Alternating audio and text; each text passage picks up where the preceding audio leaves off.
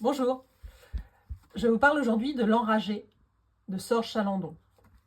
Alors Sorge Chalandon a réussi avec ce nouveau roman, comme à chaque roman d'ailleurs, à me tirer des larmes, à me prendre par les tripes et a choisi de parler dans ce dernier roman des bagnes pour enfants et notamment de celui de Belle-Île-en-Mer.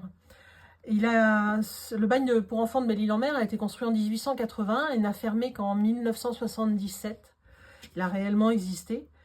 Et il accueillait des petits caïds, des petites frappes, mais surtout des gamins abandonnés, orphelins, qui avaient commis vraiment de menus larcins et qui étaient traités dans ces bagnes vraiment de la façon la plus abjecte. Ils y travaillaient plus de 15 heures par jour, ils étaient privés de nourriture, privés de soins, privés d'affection bien évidemment. Ils étaient violentés, ils étaient battus, ils étaient violés et les conditions étaient vraiment extrêmes. On suit dans ce roman tout un groupe d'enfants et notamment Jules Bonneau qui est l'enragé, qui est la teigne, qui devient la teigne pour survivre dans ce bagne.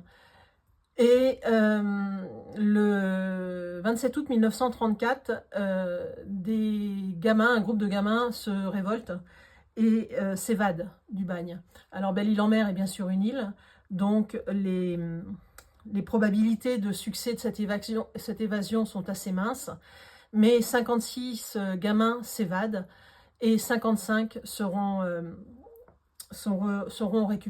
récupérés, sauf un. Et ce 56e, c'est Jules Bonneau. Et Sorge Chalandon décide de nous raconter l'histoire de Jules Bonneau et la façon dont il réussira à trouver sa liberté grâce à de merveilleuses personnes qui feront preuve, pour une fois dans sa vie, d'un peu d'humanité. Alors c'est un roman coup de poing, qui traite d'un sujet, d'un pan noir de notre histoire, qui traite des bagnes pour enfants.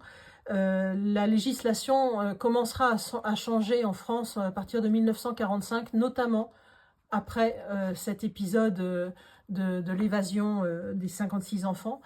Et ce jour-là, lors de l'évasion, il y a sur l'île, sur Belle-Île-en-Mer, un témoin. Il s'agit de Jacques Prévert, qui écrira suite à cet épisode le formidable poème La chasse à l'enfant. Donc c'est un roman très fort, très poignant, formidablement bien écrit, que je vous recommande fortement. Merci.